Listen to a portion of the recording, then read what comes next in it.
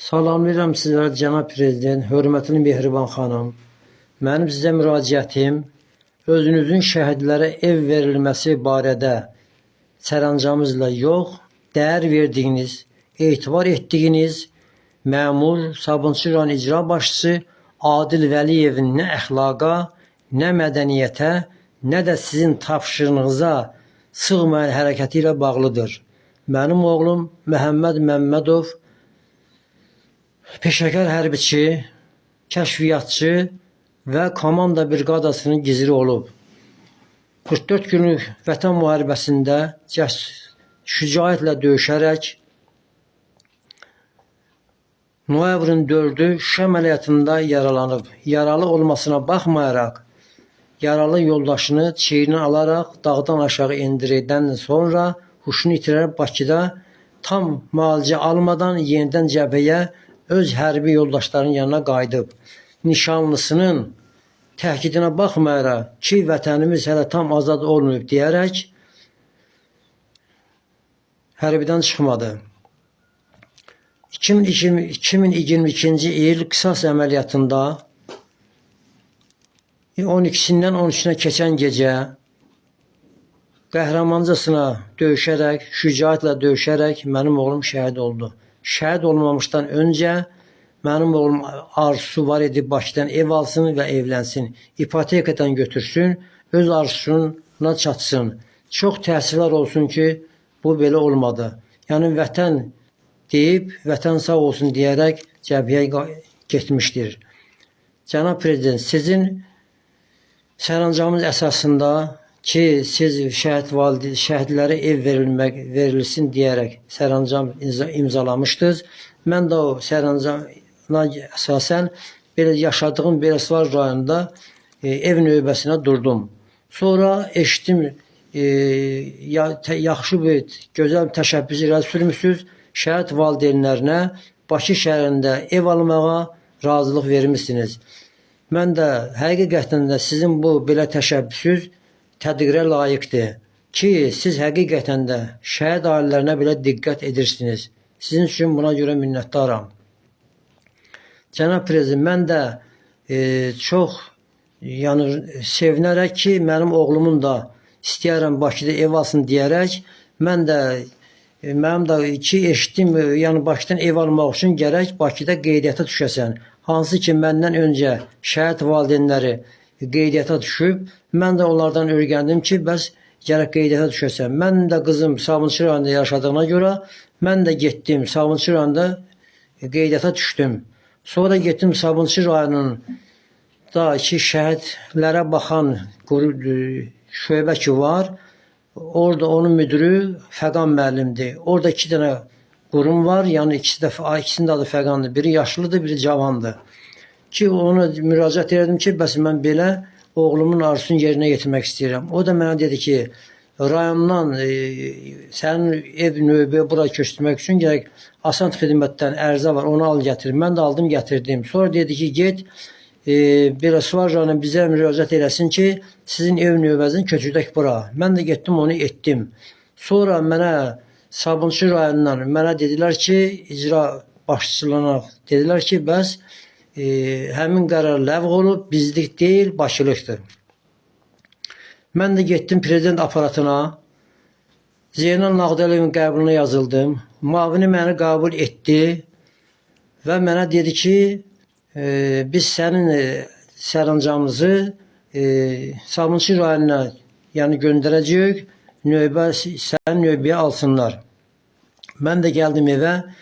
Üstündən bir ay keçmişdim. Mənim Bakıda işim var idi. Öz xüsusi işimdən sonra getmişdim. O işim də tez alındı. Gəldim rayona ki, Belesvara. Şəhidlərin illəri vardı onun üçün. Sonra mənə zəng gəldi. Saat 11 idi ki, bəs Sabunçu rayon icra başçısı səni çağırır ki, saat 3-də orada olmalıyam. Yenidən mən qayıtdım şəhərə, Sabunçu rayonuna. Gəldim, gördüm.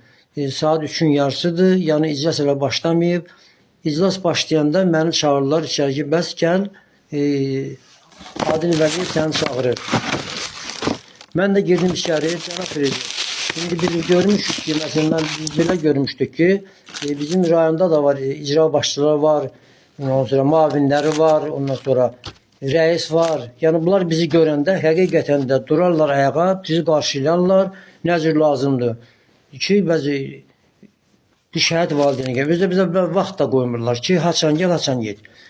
Nəysə, mən girdim içəri, ayağa durmadan eşidirəm ağsaqqal. Dedim, məni siz çağırıbsınız, mən sizi eşidirəm. Dedi, ha, sizin o ev adı ki, burada sizə demiş ki, burada düzəlmir. Dedim, sənin mavini mənə demişdi də, bizə baxan ki, fəqan var, o dedi ki, bu düzəlmir. Mən də geçirəm yuxarıda işimi görürəm. Ha, çox belə narahat halda, yəni heç belə, yəni heç elə bir şəhid atası yoxdur burada. Yəni elə belə sırav dedim, ay Adil müəllim, və sizin axı bu oturubsunuz bu isti yerdə, bizim uşaqların hesabına oturubsunuz burada, bu stolda, kreslolada. Mən özüm də hərbiçiyəm, mən özüm də məsələn döyüşçüyəm, müharibə iştirakçıyam. Dedim, əgər sən müharibə iştirakçısansa, ən azından bir şəhidin arasına qiymət verməlisən.